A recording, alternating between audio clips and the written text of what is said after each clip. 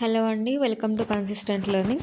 ఈరోజు మనం ఈ వీడియోలో pedagogy of English at primary level సబ్జెక్ట్లో ఉన్న షార్ట్ క్వశ్చన్ చూస్తున్నాం. ఒకసారి ఇక్కడ క్వశ్చన్ చూడండి. What are the guiding principles of SCF? SCF యొక్క గైడింగ్ ప్రిన్సిపల్స్ ఏంటి అని అడుగుతున్నారు. ఓకేనా. ఎస్సీఎఫ్ అంటే ఏందో చూడండి ఒకసారి ఇక్కడ. SCF tells us what kind of curriculum and learning experience children in a particular state should receive and how teaching should be made meaningful to them. మనము ఇంతకుముందు వీడియోస్లో NCF గురించి మాట్లాడుకున్నాం. NCF అంటే నేషనల్ కరికులం ఫ్రేమ్వర్క్. అది దేనికోసం అంటే ఎట్లాంటి కరికులం ఉండాలి, మన పిల్లలకి ఏం టీచ్ చేయాలి, ఎట్లా టీచ్ చేయాలి, వాటి గురించి ఉంటుంది అనమాట అందులో. అది నేషనల్ వైడ్. ఇదేంటి SCF అంటే ఒక స్టేట్లో ఎట్లాంటి కరికులం ఉండాలి, ఎట్లాంటి లెర్నింగ్ ఎక్స్పీరియన్స్ మనం పిల్లలకి అందించాలి, వాళ్ళు ఎట్లాంటి టీచింగ్ అందుకోవాలి, ఎడ్యుకేషన్ అనేది వాళ్ళకి మీనింగ్ఫుల్గా అవ్వాలంటే మనం ఏం చేయాలి, అంటే స్కూల్ ఏం చేయాలి అని ఇవన్నీ సజెషన్స్ ఎవరిస్తారు మనకు? SCF ఇస్తుంది అనమాట. ఓకేనా. Next, the guiding principles of SCS focus on making education child centred, meaningful, inclusive and connected with real life.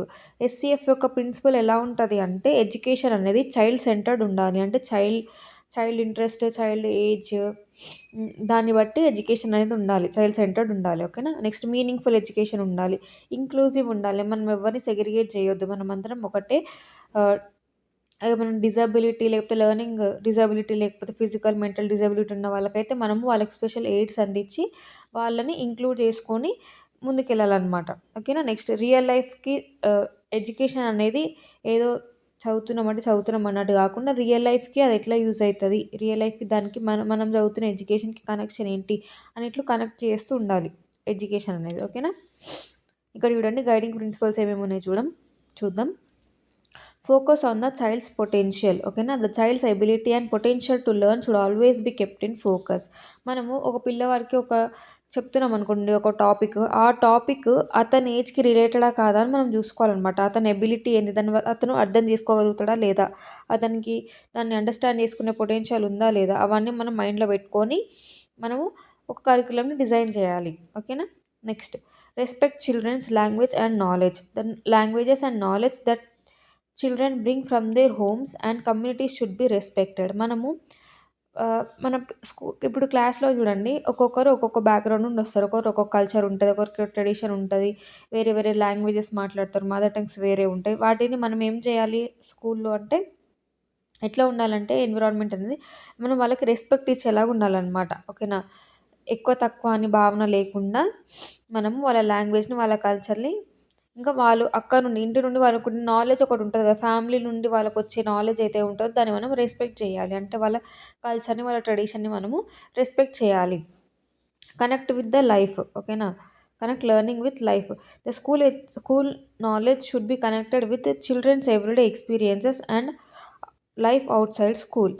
ఇప్పుడు మనం స్కూల్లో చదువుతున్నది అది మన డైలీ లైఫ్కి రిలేటెడ్ అయ్యే ఉండాలన్నమాట. అట్లయితేనే మనకి ఏదైనా యూజ్ ఉంటుంది.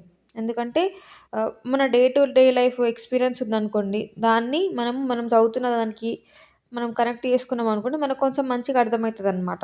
ఓకేనా.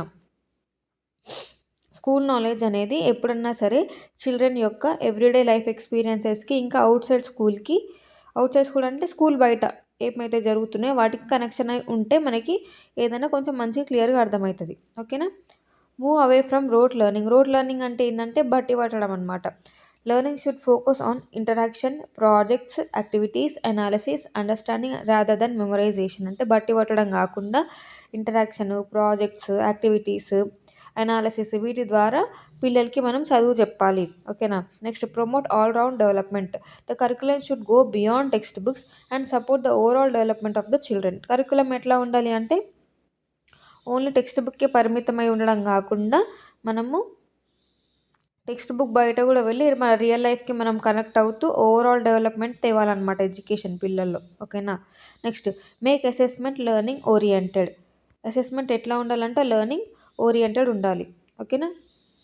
అంటే ఏందో చూడండి ఒకసారి ఇక్కడ. Examinations should be flexible and connected with class room learning. Examinations అనేటివి ఫ్లెక్సిబుల్ ఉండాలి, రిజిడ్ ఉండొద్దు. ఓకేనా. Connected with the class room learning with greater emphasis on assessment for learning rather than merely assessment of learning. ఇట్లా assessment ఎట్లా ఉండాలి అంటే మన flexible ఉండాలి. ఎగ్జామ్ ఎట్లా ఉండాలంటే ఫ్లెక్సిబుల్ ఉండాలి. మన క్లాస్ రూమ్ లెర్నింగ్‌కి కనెక్ట్ అయ్యి ఉండాలి. మనకు ఒకటి చదివిపిచ్చి, ఒకటి నేర్పిచ్చి, మన ఇంకో కాన్సెప్ట్ పైన ఎగ్జామ్ పెడతామంటే మనం రాయలేం గదా! ఇంకోటేందంటే గ్రేటర్ ఎంఫసిస్ దేనిపైన గ్రేటర్ ఇంపార్టెన్స్ దేని మీద ఉండాలి అంటే ఆహ్, అసెస్మెంట్ ఆఫ్ లెర్నింగ్ గాకుండా assessment for learning. Assessment for learning అంటే ఏంటి? మనం నేర్చుకోవడం కోసం చేసే అసెస్మెంట్ అనమాట. అసెస్మెంట్ ఆఫ్ లెర్నింగ్ అంటే ఏంటి? నేర్చుకున్న దాన్ని అసెస్ చేయడం. ఓకేనా? Assessment for learning. For learning, learning కోసం చేసేది. మనం నేర్చుకోవడం కోసము అసెస్మెంట్ జరుగుతది గదా! దాన్ని మనం అసెస్మెంట్ ఫర్ లెర్నింగ్ అంటాం. ఇదేంటి అంటే ఫార్మేటివ్ అసెస్మెంట్ లాగా. ఓకేనా? అసెస్మెంట్ ఆఫ్ లెర్నింగ్ అంటే ఏంది? మనం ఏదైతే నేర్చుకున్నామో దాన్ని అసెస్ చేయడం. అది అసెస్మెంట్ ఆఫ్ లెర్నింగ్. ఓకేనా? ఇంకోటేందంటే promote critical and social learning. The curriculum should encourage social constructivism, issue based learning and critical thinking. ఇవన్నీ ఎంకరేజ్ చేయాలి. ఏంటి? ఎడ్యుకేషన్. ఏంటివేంటివి అది? సోషల్ కన్స్ట్రక్టివిజం అంటే సొసైటీలో మనము కనెక్ట్ అవుతూ నేర్చుకోవడము. ఇంకోటి issue based learning, critical thinking ఇవన్నీ ప్రమోట్ చేయాలన్నమాట మన ఎడ్యుకేషన్ అనేది. ఓకేనా? Next respect nature and diversity. మనము వాళ్ళ నేచర్ని, వాళ్ళ డైవర్సిటీని, పిల్లల్లో ఉన్న డైవర్సిటీని మనం రెస్పెక్ట్ చేయాలి. Children should develop respect for flora, fauna, biodiversity and social diversity along with respect for different kinds of work. మనము ఎట్లాంటి నేచర్ అంటే ఏంటి? ఫ్లోరా అంటే ప్లాంట్స్, ఫానా అంటే animals, biodiversity and social diversity మనం మనుషుల్లో ఉండే డైవర్సిటీ లేకపోతే యానిమల్స్లో ఉండే డైవర్సిటీని కూడా మనము రెస్పెక్ట్ చేయాలి.